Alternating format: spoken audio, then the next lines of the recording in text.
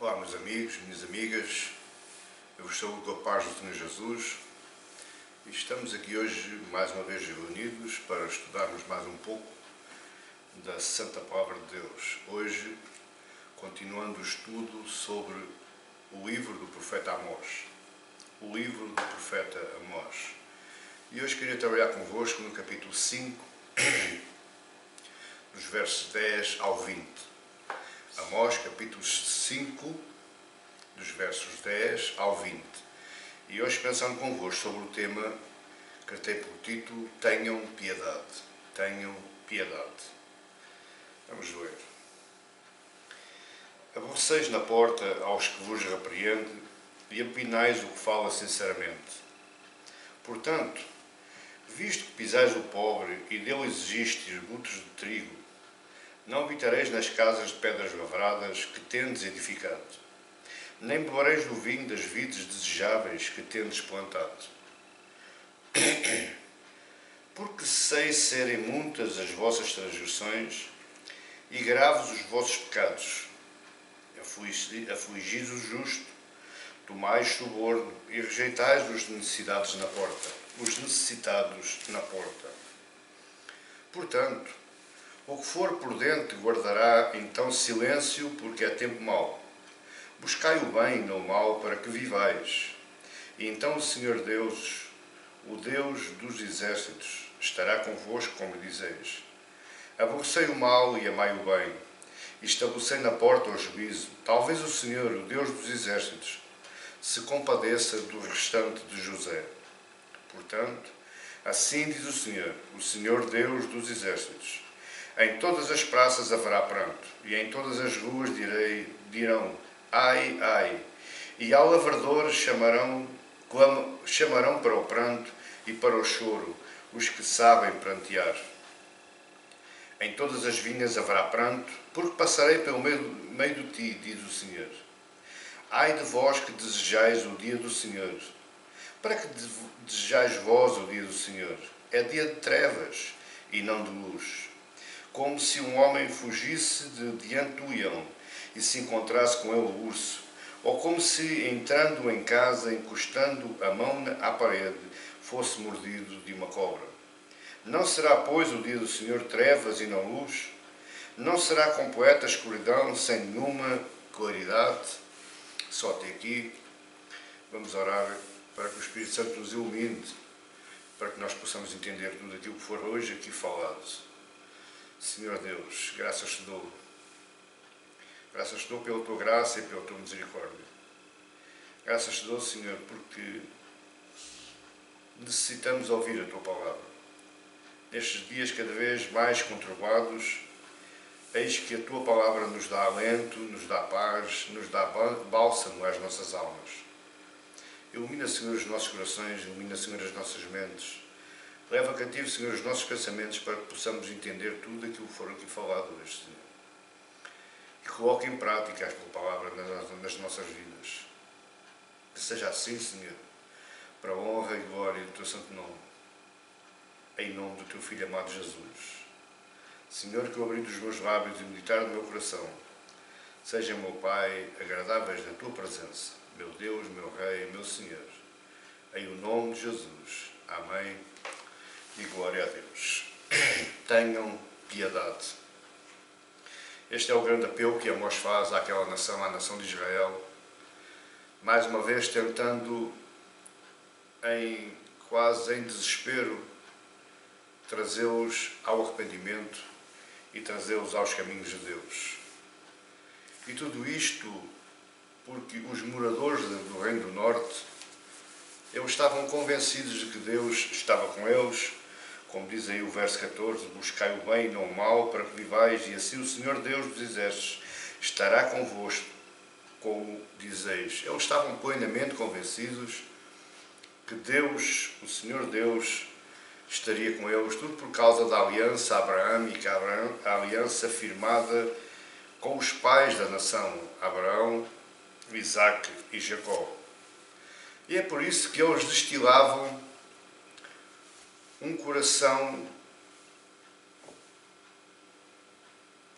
ou melhor dizendo, eles destilavam em seu coração a teologia do Reino do Norte. Eles viviam a teologia do Reino do Norte. Eles acreditavam na teologia do Reino do Norte. Apesar disso, apesar de toda esta convicção, Israel estava vivendo muito longe de Deus. E hoje, nesta passagem, ele se vira para os juízes e para os poderosos. Ele tem direcionado todas as suas palestras, todas as suas palavras, as suas sentenças ao geral do povo. Ele começou com as mulheres de Samaria, chamando as vacas de Bazã, e ele agora se vira contra os juízes e os poderosos do reino, tudo por causa da opressão que eles estavam fazendo aos pobres e aos necessitados. E Israel estava vivendo longe de Deus por pelo menos 3 razões que para Deus era o topo, era o encher do copo da paciência de Deus. A primeira era a idolatria, a segunda era a opressão dos pobres por parte dos senhores, dos governantes, dos poderosos, e em terceiro lugar era a corrupção dos juízes. Os juízes não estavam praticando a justiça, os juízes estavam sendo subornados, os juízes oprimiam os necessitados porque estes não tinham verbas, não tinham recursos para promover um julgamento digno e justo para as suas causas. A pergunta é, de onde viria esta esquizofrenia espiritual? De onde viria esta tão grande certeza em que Deus era com eles? E se Deus era com eles, nada poderia ser contra eles. Parece que estamos a ouvir algo nos nossos dias. Eu ouço muitas vezes dizer, se Deus é por mim, quem será contra mim? Mas eu esqueço-me da maneira como eu vivo, da maneira como eu me porto. Eu esqueço-me do meu caráter, eu esqueço-me das minhas atitudes, mas ainda assim eu continuo dizendo, se Deus é por mim, quem será contra mim? Como pode alguém achar que Deus está com ele e ao mesmo tempo viver de uma forma contrária àquilo que Deus estipulou para que o seu povo viva? Nós devemos nos lembrar que no Monte Sinai, Deus tinha dado uma lei.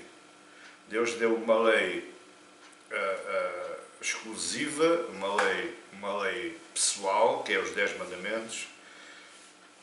É a lei moral de Deus, é a lei sobre toda a lei.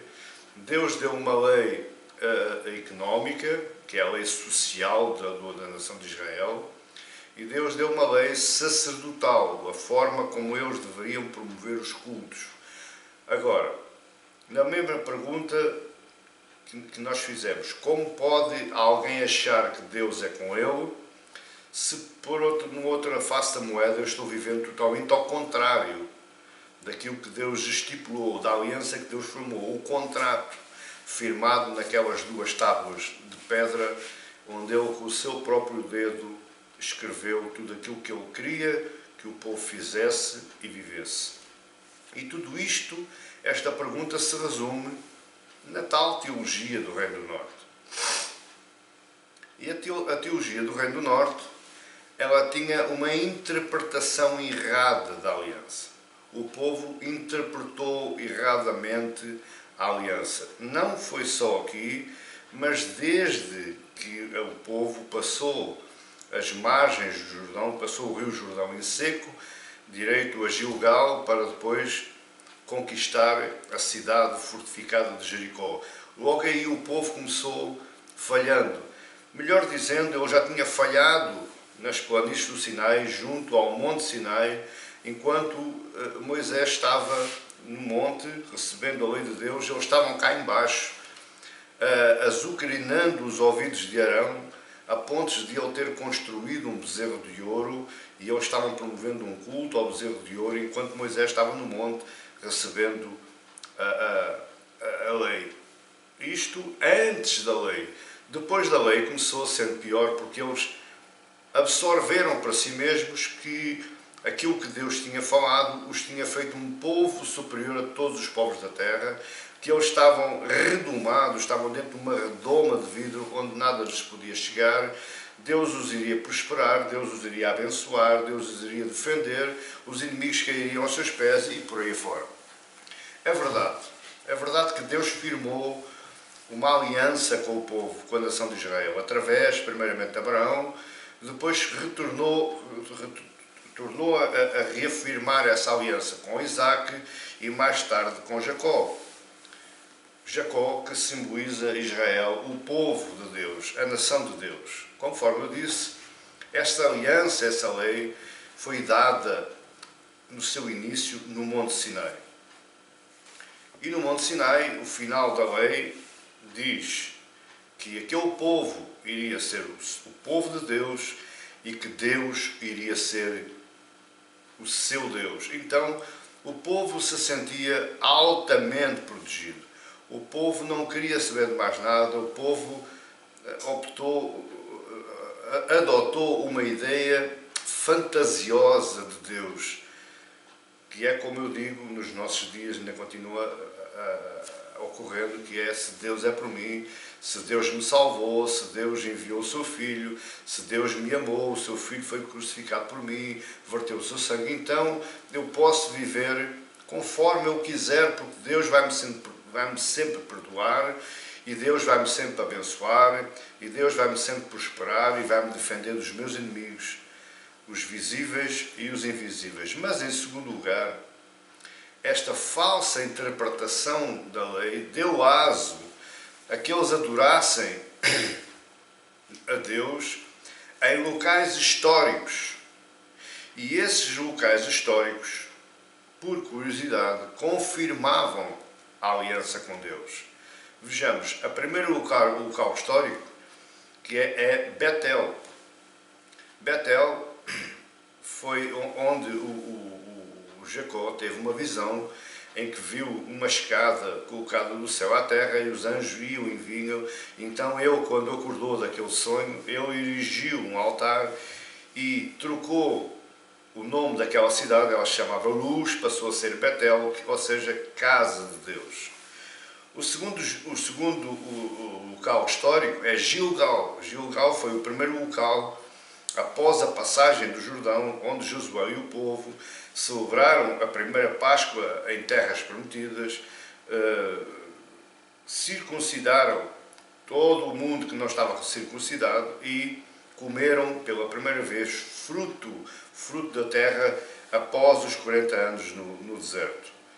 E Gilgal significava: Deus nos deu essa terra. E, em terceiro lugar, existe um outro local, que é Berseba.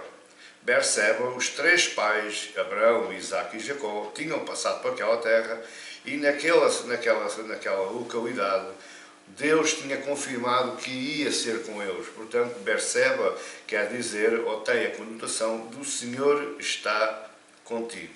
Esta era outra das nuances que o povo tinha para elaborar essa tal teologia do Norte. Mas, em terceiro lugar, existia algo que está em Deuteronômio 28, mas que, por incrível que pareça, os israelitas absorveram apenas 14 versículos de Deuteronômio 28 e esqueceram os outros 50 e tal versículos, que era relativo à obediência. Se não me obedeceres, tereis maldições. 14 versículos de bênçãos, 50 e poucos versículos de maldições. E eles pensavam, e até porque Israel, na época de Amós, eles estavam vivendo uma época de extrema prosperidade. Tanto prosperidade financeira como prosperidade económica. como prosperidade demográfica e até como prosperidade bélica. Jeroboão II era um homem extremamente estadista, extremamente inteligente, e ele constituiu um grande exército. Todos os povos ao redor de Israel tinham medo de os atacar. Tal era a prosperidade bélica, militar daquele povo. Então eles pensavam, se eu sou próspero, e eles eram, e várias passagens, até aqui na passagem que nós lemos, ele diz no verso 10 que não habitareis nas casas de pedras lavradas, e mais atrás, no capítulo 3, verso 15, diz que derribarei as casas de inverno com as casas de verão. Eles eram prósperos, eles eram bastante ricos, bastante prósperos. Eu estou a falar nos poderosos, nos ricos, porque também havia a parte pobre, e por isso que Deus se levantou e se indignou. E eles diziam, se eu sou próspero, é sinal que o Senhor me está abençoando. É sinal que eu estou debaixo daqueles 14 versículos da primeira parte de Deuteronômio 28. Resumindo, a teologia do Reino do Norte, e mais uma vez eu digo, não é muito longe das nossas teologias ou das teologias adotadas para as nossas igrejas evangélicas, a maior parte delas. A teologia do Reino do Norte, ela se media pela prosperidade, pelas vitórias, pela aliança e pelos locais de culto. Era assim que eles pensavam. Eles eram prósperos, eles tinham locais de culto, eles tinham vitórias, eles tinham a aliança abraâmica firmada por Deus, o Criador, com eles. Então, eles estavam bem, isto na ideia deles. Ao mesmo tempo que eles pensavam desta forma, ao mesmo tempo que eles eram prósperos, tinham vitórias, tinham locais de culto e estavam abrangidos por aliança, eles viviam uma vida de extremo pecado. Eles viviam voltados para si mesmos, eles viviam voltados para os seus prazeres, eles viviam em idolatria, eles viviam em imoralidade sexual, eles viviam oprimindo os pobres, as viúvas, os órfãos, os estrangeiros. E aqui entra o objetivo de Amós. Porque é que Amós se dirigiu, saiu lá das terras de Tecoa, do reino de Judá, para ir ao reino do norte, centenas de quilómetros de distância, para falar? Qual foi o objetivo de Amós? O objetivo de Amós foi desconstruir o pensamento do reino de Israel, do reino do norte. O que Amós quis foi desconstruir a teologia do reino do norte. Amós queria mostrar que Deus estava totalmente ausente deles. Apesar da ideia que eles tinham concebido para si mesmos, a ideia espiritual, esquizofrénica, fanatista, religiosa, Amós quis dizer a eles, não, Deus não está convosco como vocês dizem. Vocês estão totalmente ausentes da face de Deus. Amós também quis dizer que a sua leitura, a sua avaliação quanto à aliança e à tradição estavam completamente erradas. Eles tiveram uma falsa interpretação da lei mosaica, a lei que Deus deu através de Moisés ao povo. E que, se Deus viesse ao seu encontro, é o que está lá no final do verso 20, que eles queriam se encontrar com Deus, eles estavam ansiosos de se encontrar com Deus, mas se Deus viesse ao seu encontro, seria um verdadeiro horror. Diz aí no verso 20, não será, pois, o dia do Senhor trevas e não luz, como vocês pensam? Não será uma completa escuridão sem nenhuma claridade? Vejam como vocês estão vivendo. Analisem-se a vocês mesmos, analisem o comportamento e as atitudes do povo e vejam quão horrível é cair na mão de um Deus vivo, como está lá em Hebreus 10, verso 31. Meus queridos e minhas queridas, nós devemos pensar, quando nós dizemos que somos cristãos, quando nós assambarcamos este Deus que é nosso, mas que é nosso sobre condição, nós devemos pensar: será que se nos encontrássemos face a face com Deus agora, já nós estaríamos em condições, nós estaríamos perfeitamente aptos, dignos de termos um encontro real com este Deus que na época de Amós estava completamente irado? Duro, coisa horrível é cair na mão de um Deus vivo. Na verdade, meus queridos e minhas queridas, Deus estava longe daquele povo. Eu tenho aqui alguns pontos para dividir estes 10 versos do nosso texto de hoje. O primeiro ponto está aí nos versos 10 a 13, é que Amós vai recapitular o estado da nação. Amós começa dizendo no verso 10: aborreceis na porta ao que vos repreende e abominais o que fala sincero. Amós está falando para os juízes. A porta aqui era as portas da cidade onde se fazia os tribunais, onde se faziam os julgamentos das causas do povo.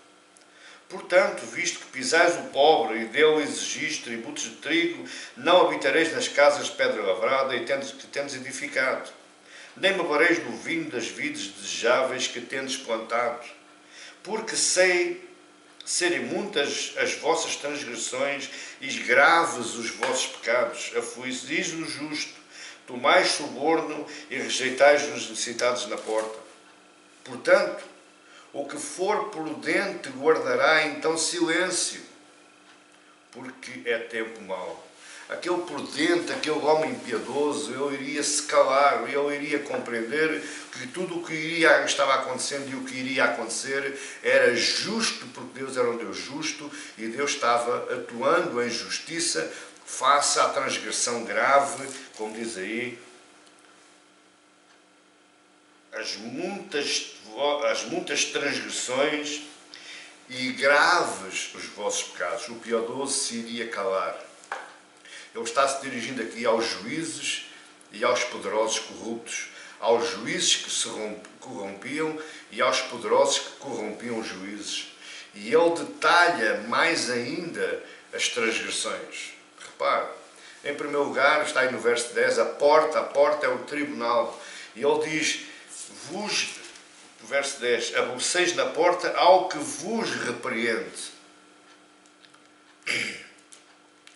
Aos defensores dos pobres, os advogados dos pobres, eles eram calados pelas mãos dos juízes.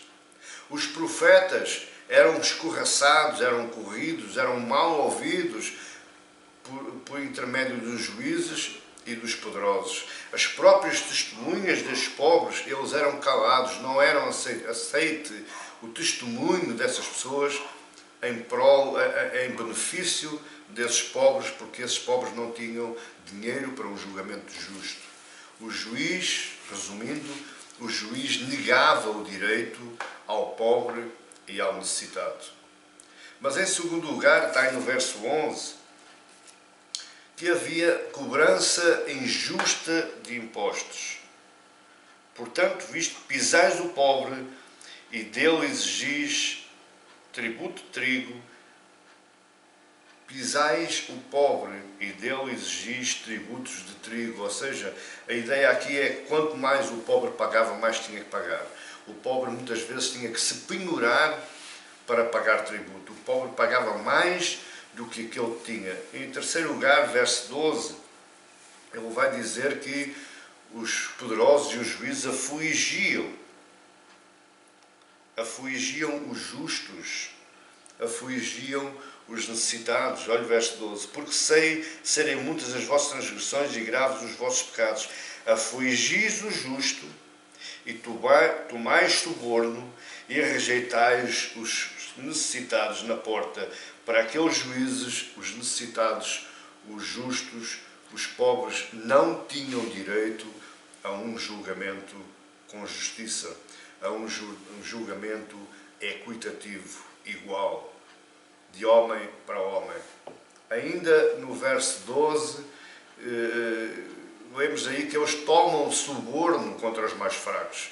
Já vimos já ao princípio que a nação de Israel, ele penhorava as sandálias do pobre, penhorava o casaco que de dia servia de roupa, mas à noite servia de manto, de coberta, para que eles pudessem se aquecer quando estavam dormindo. Mas em quinto lugar, na porta do tribunal, eles não aceitavam os casos dos mais pobres e dos mais fracos, que está aí no final do verso 12. Mas o que é certo e o que é mais curioso e o que muitas vezes nós não nos recordamos nas nossas vidas diárias, porque nós pensamos da seguinte forma: se eu consigo enganar quem me está vendo, o meu semelhante, então eu também consigo enganar Deus. Mas esse é um engano que nós fomentamos em causa própria, porque nós podemos enganar o nosso semelhante. Nós podemos enganar o nosso amigo, o nosso vizinho, o nosso irmão, o nosso pai, a nossa mãe. Mas nós nunca conseguiremos enganar a Deus. Veja o que diz aí, ainda no verso 12. E aí o verso 12 afirma que ele está atento a essas coisas. O final do verso 12 diz: porque sei serem muitas as vossas transgressões. Deus sabe aquilo que está acontecendo. Deus sabe aquilo que os homens estão fazendo. Deus sabe aquilo que os juízes poderosos estão promovendo contra os mais fracos, os mais pobres, contra os mais necessitados. E a pergunta é: porquê é que para Deus isto é grave? Porquê é que Deus considera isto uma causa grave? Afinal, nós vivemos numa época em que os tribunais não funcionam. Quando funcionam, se arrastam no tempo, causam prejuízo ao erário público. Muitas vezes os casos prescrevem, tudo por conta dos poderosos terem uma forma financeira de promoverem julgamentos longos, que muitas vezes até caem no esquecimento. Mas para Deus não. E não porquê? Porque a causa desta gravidade estava na lei que Deus deu a Moisés. Deus escreveu, Deus estipulou, Deus falou. É assim que vocês vão funcionar, é assim que vocês vão viver com o suor dos vossos rostos, vocês vão cultivar a terra, vão criar gado, vão ser prósperos através das suas mãos, mas vão dar guarida aos pobres, aos necessitados, vão cuidar dos órfãos, vão cuidar das viúvas, vão cuidar dos estrangeiros. Havia uma série de itens na lei de Deus que protegia os mais pobres e os mais necessitados. Os pobres, as viúvas, os órfãos, os estrangeiros, conforme eu disse, eram particularmente protegidos pela lei dada a Moisés. Repara, quando era por época da colheita, o dono daquela parcela de terra onde estavam colhendo o trigo, o milho, o cereal, ele nunca poderia colher tudo. As bordas da faixa de terra eram deixadas para aqueles que nada tinham. Quando o povo ia colhendo, as vagens de cereal que caíam no chão nunca poderiam ser novamente apanhadas. Eram deixadas para trás para quê? Para que esses órfãos, essas viúvas, esses estrangeiros pudessem fazer a recolheita a fim de terem sustento para comer. Isso está na lei. E é por causa de tudo isto, por causa destas transgressões tão graves, que Deus diz: eu irei ao vosso encontro. Deus vai ao encontro do povo. Diz aí verso 11: portanto, visto que pisais o pobre e dele exigiste tributos de trigo, não habitareis nas casas de pedras lavradas que tendes edificado, nem bebereis do vinho das vides desejáveis que tendes plantado. Esta é a forma como Deus vai ao encontro do povo. E como é que Ele vai ao encontro do povo? Em castigo. E lá agora vamos aí para o Deuteronômio 28, a partir do verso 15. O Deuteronômio 28, verso 15 diz: se por acaso não ouvires a voz do Senhor teu Deus, nem atentares para guardar e cumprir todos os seus mandamentos e estatutos, estas são as maldições que te seguirão. E Deus, aqui no verso 11, está dando abertura agora à segunda fase do Deuteronômio 28, que é a fase das maldições, é a fase do castigo. E Deus vai ao encontro do povo, não da forma como o povo queria ou como o povo esperava, porque o povo pensava: Deus é por mim, ninguém pode ser contra mim. Se eu sou próspero, Deus está abençoando. E agora Deus está dizendo: não, vocês estão enganados.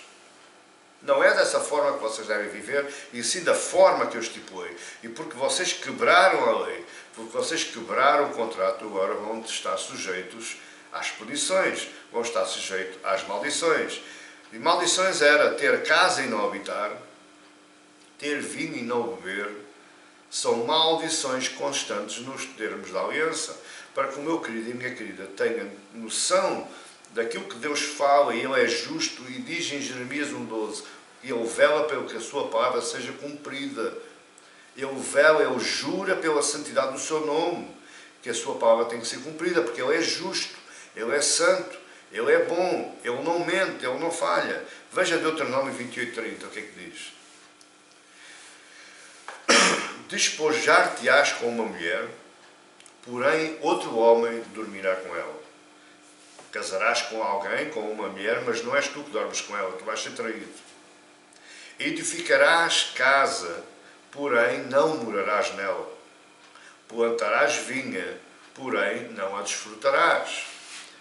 Amós está falando aquilo que o povo já sabia. Amós está chamando a atenção do povo. Onde é que o povo quebrou a lei?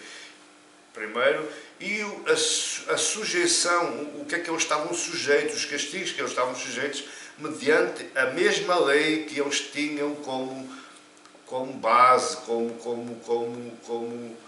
uma forma de viver. Eles viviam segundo a aliança, mas eles quebraram a aliança e eles estavam debaixo das maldições dessa mesma aliança. Deuteronômio 28:38 diz assim: lançarás muita semente ao campo, porém colherás pouco, porque o gafanhoto a consumirá. É isto que a Amós está dizendo. Vocês querem ter Deus? Então, ou vocês se arrependem dos vossos atos, das vossas vidas, das vossas práticas, das vossas atitudes, ou então vocês vão estar sujeitos à lei da aliança que vocês mesmos preservam, que vocês mesmos adoram, que vocês mesmos trouxeram para si. Curioso que aí no verso 13, Amós, para você que está atento, verso 13 diz assim: portanto, o que for prudente guardará então silêncio, porque é tempo mau. Amós está se referindo ao remanescente fiel, àqueles que eram piedosos. É claro que, como em todas as comunidades, existem homens maus e homens bons. Existem homens que veem as coisas com retidão, mas existem homens que veem as coisas através da sua ganância, do seu orgulho, do seu bel prazer. Amós está se referindo àqueles, possivelmente, penso eu, que eram os pobres e necessitados, porque eles estavam tão escravizados, eles estavam tão martirizados que apenas lhe reservava estarem calados, o silêncio. Mas o que Amós estava aqui a dizer, para eles não ficarem em silêncio por causa da situação que eles estavam vivendo. Eles deveriam ficar em silêncio porque eles iriam ver a justiça de Deus a funcionar na vida daquele povo que os escravizava. Estas são as razões, ou as principais razões, pelas quais Deus estava ausente do seu povo. Mas tínhamos ainda um segundo ponto, que está aí nos versos 14 e 15, que diz respeito à ilusão de Israel. Israel vivia numa grande ilusão. Olha aí no verso 14: buscai o bem e não o mal, para que vivais. E assim o Senhor, o Deus dos exércitos, estará convosco, como dizeis. Se vocês querem que Deus esteja convosco, então buscai o bem e não o mal. Verso 15: aborrecei o mal e amai o bem. Estabelecei na porta o juízo, estabelecei justiça nos tribunais. E talvez o Senhor Deus dos Exércitos se compadeça do restante de José. De novo, meus queridos e minhas queridas, Deus está sempre apelando a que o povo busque outro caminho.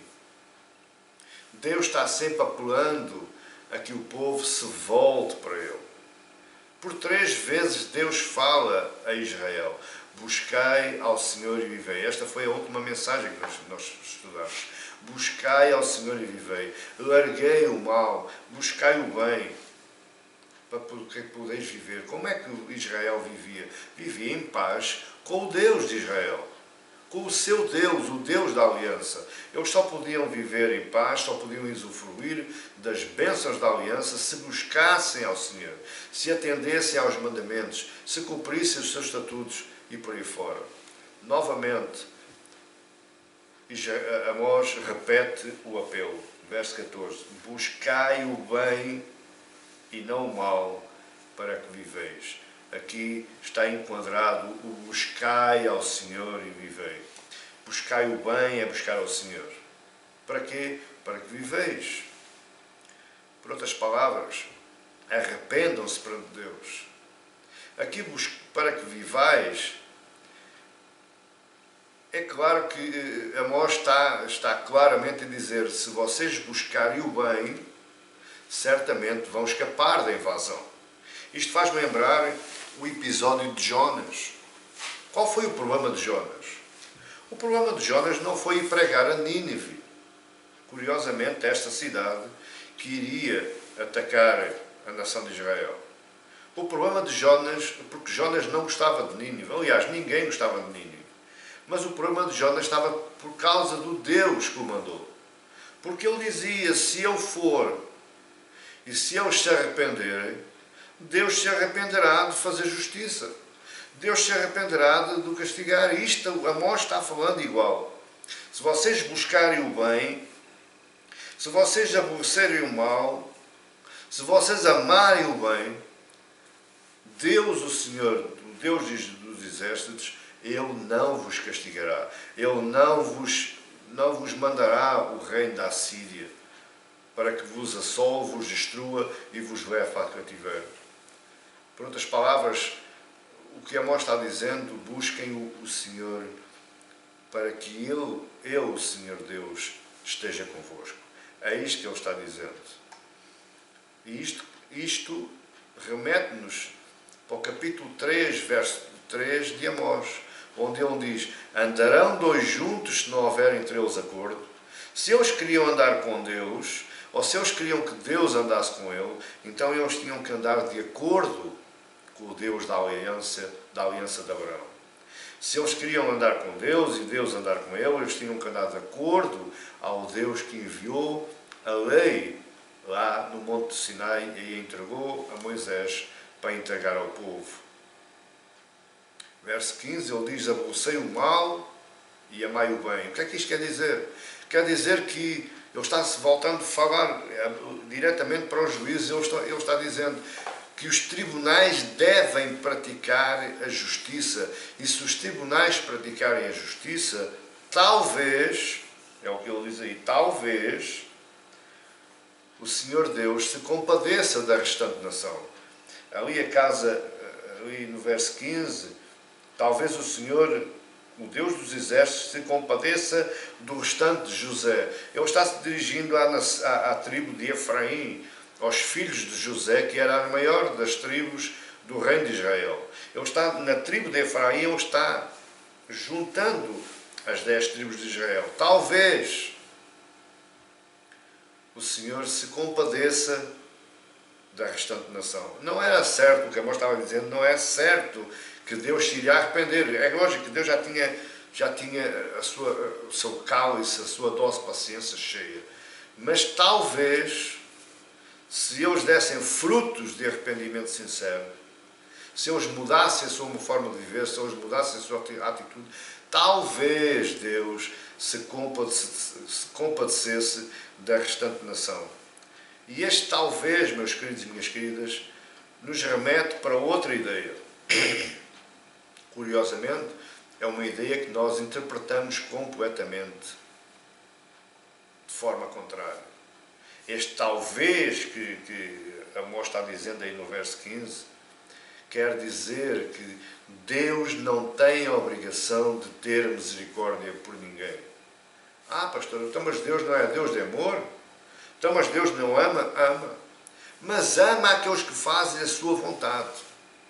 Ama aqueles que o amam, aqueles que amam os seus estatutos, os seus decretos, os seus mandamentos, aqueles que o buscam em coração sincero, em espírito e em verdade. Por esses Deus ama. Por esses Deus tem misericórdia. Mas porque Deus é santo e é justo, e a sua santidade o obriga a não ter contacto, não ter ligação com o pecado, essa santidade o obriga a que Deus seja um Deus que castiga, que nem sempre tem misericórdia. Essa ideia, que coisa, essa ideia de dizer que Deus é obrigado a amar toda a gente, eu nunca li isso na Bíblia. O próprio Jesus diz: os meus amigos são aqueles que fazem a minha vontade. Os meus amigos são aqueles que fazem aquilo que eu digo, aquilo que eu mando. Então, se nós queremos viver à nossa forma, à nossa maneira, ao nosso pensar, pela nossa cabeça, pela nossa ideia, o que é que você acha que Deus vai fazer? Se não encher-se de nós. Você tem misericórdia de quem não liga nenhuma, de quem só atenta contra si, de quem só o trama, só o trai. Você tem misericórdia? Não tem. Então você acha que Deus ia ter? E chegado ao terceiro ponto da nossa mensagem, que vai dos versos 16 ao 20, e é a presença do Senhor. Os judeus sempre esperaram o dia do Senhor. Os judeus sempre esperaram aquele dia em que Deus iria tomar a terra, aniquilar tudo aquilo que não era o seu povo, aquilo que não era seu, e iria estabelecer um reino universal. A nação de Israel iria dominar sobre toda a terra, seria a nação dominante, e todos os outros povos seriam os súbitos. Israel aspirava por isso. Veja que quando Jesus fez a primeira multiplicação dos pães e dos peixes, o povo que comeu aquele pão e que comeu aquele peixe, no final da tardinha o povo se reuniu para eleger Jesus como rei, porque eles pensavam: este é o rei, este é aquele Messias tão esperado, tão profetizado pelos profetas. Este é que vai estabelecer a nação, vai estabelecer o exército e vai estabelecer o domínio da nação sobre toda a terra. Só que, aí o verso 28, Amós desconstrói outra vez. E ele vai estar a dizer: ai de vós, cada vez que há aí um ai na Bíblia, isto é sinal de dor, de terror, de pavor. Ai de vós que desejais o dia do Senhor. Vocês estão desejando o dia do Senhor vivendo assim dessa forma? Para que desejais vós o dia do Senhor? Para vocês que vivem oprimindo os pobres e os necessitados, para vocês que vivem uma vida regalada, uma vida de idolatria, uma vida virada para vocês mesmos, este dia, diz a ele, é esse dia de trevas. Não é um dia de festa, não é um dia de luz. É um dia de trevas, é um dia de horror, é um dia de pavor. E Deus estava chegando realmente de maneira completamente diferente daquilo que o povo estava esperando. Amós 4, verso 2, ele diz: portanto, assim te farei, ó Israel. E porque isso te farei, prepara-te, ó Israel, para te encontrares com o teu Deus. Mas eles não se iriam encontrar com Deus face a face. Eles iriam se encontrar com a mão de Deus. A nação assíria, uma nação cruel, uma nação implacável, grande, que os iria destruir, os iria fulminar, destruir fortificações, destruir povo, matar, levá-los para o cativeiro. Era assim que Deus se iria encontrar com eles. Você poderia me perguntar assim, como é que seria a chegada de Deus e como é que o povo o receberia na forma como ele estava vivendo? Deixe que eu lhe diga uma coisa, fazendo aqui um parênteses. Eu disse no princípio deste livro que o livro de Amós é o livro da nossa vida, é o livro da vida da nossa igreja. Tanto nos tempos, lá os tempos de remotos da nação de Israel, que hoje já não existe, e repare que a nação de Israel nunca mais existiu como nação, a nação do Reino do Norte, apenas existe uma parcela, uma parte do Reino do Sul, a parte de Judá, de Jerusalém. A nação de Israel desapareceu, desintegrou-se, formou-se outras nações. Mas como é que Deus se iria encontrar com esse povo que agia e vivia daquela forma totalmente contrária à vontade de Deus? Com choro, pranto, tristeza e dor. E isto serve de lição hoje, meus queridos e minhas queridas, para nós hoje. Quanto mais avançamos no tempo, mais eu vejo a nação do Reino do Norte nos nossos dias, em pleno século XXI. Principalmente as igrejas que abrem a boca, cantam louvores ao Deus Altíssimo, falam Deus com a boca aberta, mas que vivem de forma contrária àquilo que Deus estipulou e estipula na sua palavra. São mais as vezes que nós quebramos o pacto com Deus do que as vezes que nós celebramos o pacto com Deus. É mais as vezes que nós vivemos à nossa forma, à nossa maneira, uma forma idólatra, uma forma infiel, uma forma adúltera, uma forma de consumismo, de imediatismo, misticismo, do que a forma como nós deveríamos viver e que Ele estipulou nas páginas da nossa Bíblia, que é a sua santa palavra, a sua santa vontade. Porquê choro, pranto, tristeza e dor? Porquê? Verso 17 diz: em todas as vinhas haverá pranto. A vinha aqui tem uma conotação, uma simbologia de alegria. Mas ele diz, na vossa alegria, na vossa maneira alegre de viver, haverá pranto. Porque passarei por meio de ti, diz o Senhor. Deus vai passar. Ou Deus iria passar nas cidades, nos campos. Deus irá passar hoje nas nossas vidas. E hoje eu faço um apelo. Volte-se para Deus. Aborreça o mal. Ame o bem. Busque o bem e não o mal. Pratique a justiça. Pratique a equidade.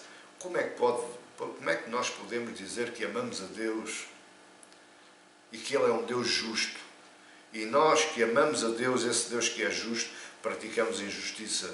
Praticamos injustiça contra nós, contra o nosso próprio, contra a humanidade e contra Ele. Pois bem, Deus encontrou-se com Israel, na verdade. E isto não é só a Bíblia que diz, a própria história, a arqueologia nos conta.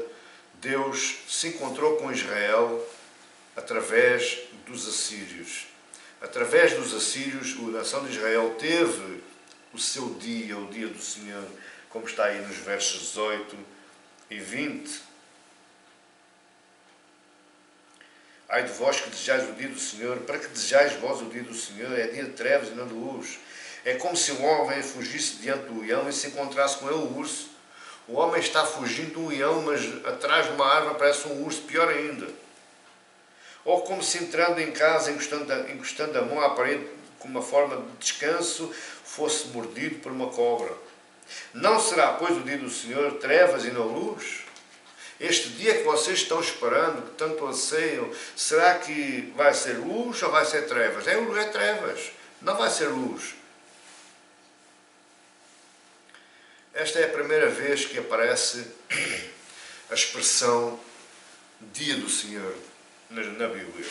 Eu sei, você vai me dizer que aparece em Isaías, Isaías está antes de Amós, só que na ótica histórica é a primeira vez que aparece o Dia do Senhor, porque Amós foi antes de Isaías. Amós falou a primeira vez Dia do Senhor e depois a seguir Isaías. Como é que seria este dia na visão de Amós? Diz aí verso 18, seria um dia de trevas. No verso 19, perseguido por feras, ou seja, ele está se lembrando da sua vida normal, lá dos campos, lembrando-se do leão do urso, ele está comparando os assírios como ao leão e como ao urso, mas mais grave ainda, ele compara este dia do Senhor, que iria passar pelas terras de Israel, como um dia de completa escuridão. Que tristeza é quando nós pensamos que Deus é connosco, que ninguém pode ser contra nós, e que mais tarde ou mais cedo iremos viver dias de escuridão, tudo por conta de nós não atentarmos e não escutarmos a voz e os mandamentos do Senhor nosso Deus, aquele que tanto nós enchemos a boca, mas que fazemos sempre ao contrário daquilo que Ele diz e daquilo que Ele manda. Meus queridos, o que é que nós podemos aprender com estes versos e com esta porção da passagem de Amós, onde qual é o tema do nosso sermão, onde ele clama alto e bom som e com todos os pulmões tenham piedade. O que é que nós podemos aprender? Em primeiro lugar, aprendemos que Deus se preocupa com a corrupção e Deus se preocupa com a opressão dos fracos e dos necessitados. Muitas vezes você pode não fazer mal ao necessitado ou pode não oprimir a um pobre. Mas, por exemplo, quando você volta à sua cara, para que vocês não vejam um pobre que precisa da sua ajuda, vocês também estão pecando. Não o pecado em si mesmo, você não oprime, você não corrompe, você não faz mal, mas você omite a ajuda a esse pobre. Isso é pecado. Lembra-se lá do parábola do bom samaritano? O sacerdote e o levita passaram ao lado e voltaram a casa. Isso é pecado para Deus. Deus abomina estas coisas. Deus condena estas coisas. Aquilo que Deus espera de nós enquanto cristãos, enquanto amantes da palavra de Deus, enquanto seguidores de Cristo, é que nós estejamos atentos, aptos e disponíveis para servir os pobres e os necessitados. É isto que Deus espera de nós. Segundo, o que é que nós podemos aprender? É que o pecado corrompeu de tal maneira o coração do homem, por causa da queda, que ele perdeu a capacidade de se analisar de forma objetiva. O que é que eu quero dizer com isto? Que é possível que pessoas se iludam de que Deus está do seu lado. É possível que pessoas pensem que são tão boas, que Deus anda de braço dado com eles. Mesmo quando estão ofendendo Deus, eles julgam que Deus está com eles. 1 João diz que Deus é fiel e justo, misericordioso e pronto a nos perdoar todos os nossos pecados. Mas é quando nós nos arrependemos. Deus não é aquele que vem atrás de nós com uma ardósia e vai apagando os nossos pecados. Ah, este não conta, este coitado, este fez porque isto, ele fez... Não, Deus não apaga, Deus vai somando, Deus vai assentando. Apocalipse fala num livro, que é o livro da vida, onde estão escritos, está escrito tudo aquilo que nós fizemos e pelos quais nós temos que responder. E no dia que nós iremos responder, se formos responder em juízo, quão mau esse dia do Senhor vai ser para nós. Trevas, choro, pranto, dor, tristeza. Mas não vai ser só naquele pedacinho de tempo. Vai ser por toda a eternidade. Será que isto não faz tremer o seu coração? O povo de hoje, meu querido e minha querida, está repetindo todo o credo. Tudo aquilo que o povo da nação do Reino do Norte acreditava, o povo de hoje está fazendo igual.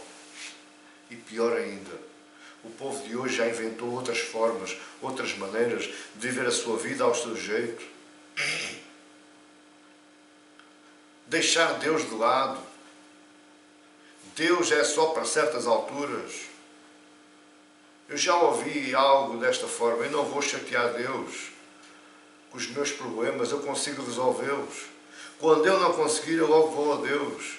Mas muitas vezes a resolução desses problemas é de forma totalmente contrária a Deus. Nós temos que sair sempre bem por cima. Não interessa aqueles a quem nós pisarmos. Não interessa os meios para atingir os fins.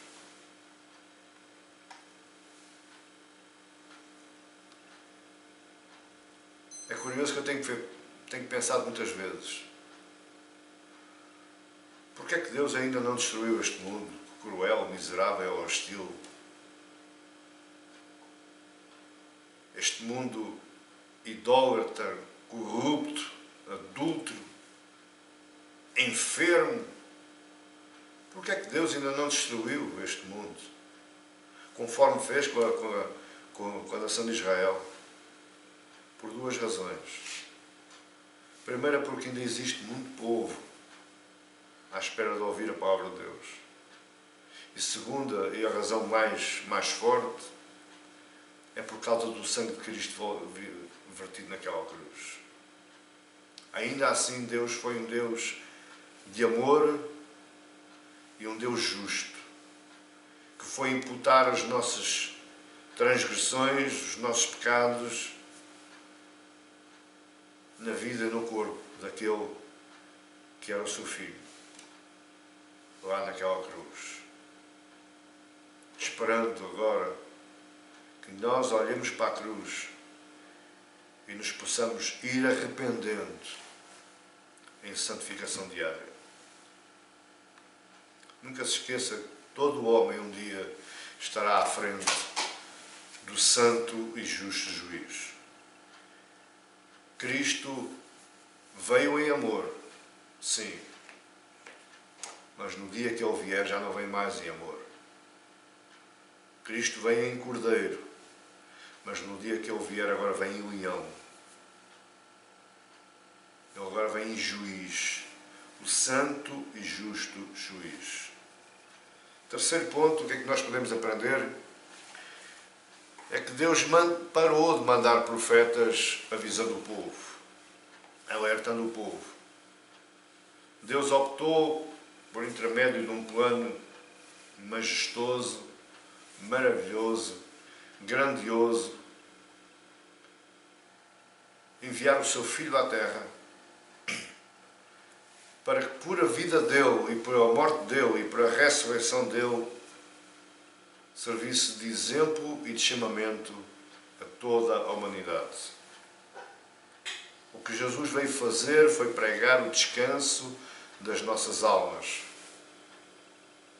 O que Jesus veio fazer é chamar consecutivamente todo o dia, através da ação do Espírito Santo, a aborrecer o mal, amai o bem, aborrecei o mal, amai o bem. Porque eu vim para pregar o descanso das vossas almas, mas também vim para descobrir as nossas ofensas. Nunca foi tão fácil descobrir o pecado como hoje. Eu costumo dizer que a nossa consciência tem uma luzinha vermelha que começa piscando na altura que a gente peca. Aquele povo lá do Antigo Testamento, ele não tinha essa luzinha vermelha, porque ele não tinha o Espírito Santo. Mas hoje nós temos o Espírito Santo, mas mesmo assim a luzinha vermelha começa piscando e nós retiramos a lâmpada para apagar esse pisca-pisca, que é o chamamento à nossa consciência que nós já pecamos. Meu querido e minha querida, a minha oração hoje com este texto é que nós retornemos para Deus, para nós buscarmos o bem para que vivamos. Se nós hoje, meu amado e minha amada, se nós hoje estamos passando mal, estamos vivendo mal, estamos vivendo tempos conturbados, saiba que a culpa é exclusivamente nossa. Nós é que escolhemos viver assim. Nós é que escolhemos abandonar Deus, voltar a cara a Deus. Nós é que escolhemos largar a mão do arado, voltar para trás. Nós é que escolhemos construir as pontes que antes tínhamos quebrado para seguir a Cristo. Nós é que estamos a viver uma vida de dualidade, uma vida de mundo e de cristianismo. Que para nós possamos parar com isso, largar a vida do mundo, voltar-nos para Cristo. Ele está chamando e, conforme eu tenho dito muitas vezes, ainda é tempo. A porta ainda está aberta. Os dias do cativeiro ainda não chegaram. O reino da Assíria ainda não chegou. Ainda há tempo de nós nos arrependermos e voltarmos para Deus. Amém? Meus queridos, que Deus os abençoe e até uma próxima oportunidade. Em o nome de Jesus.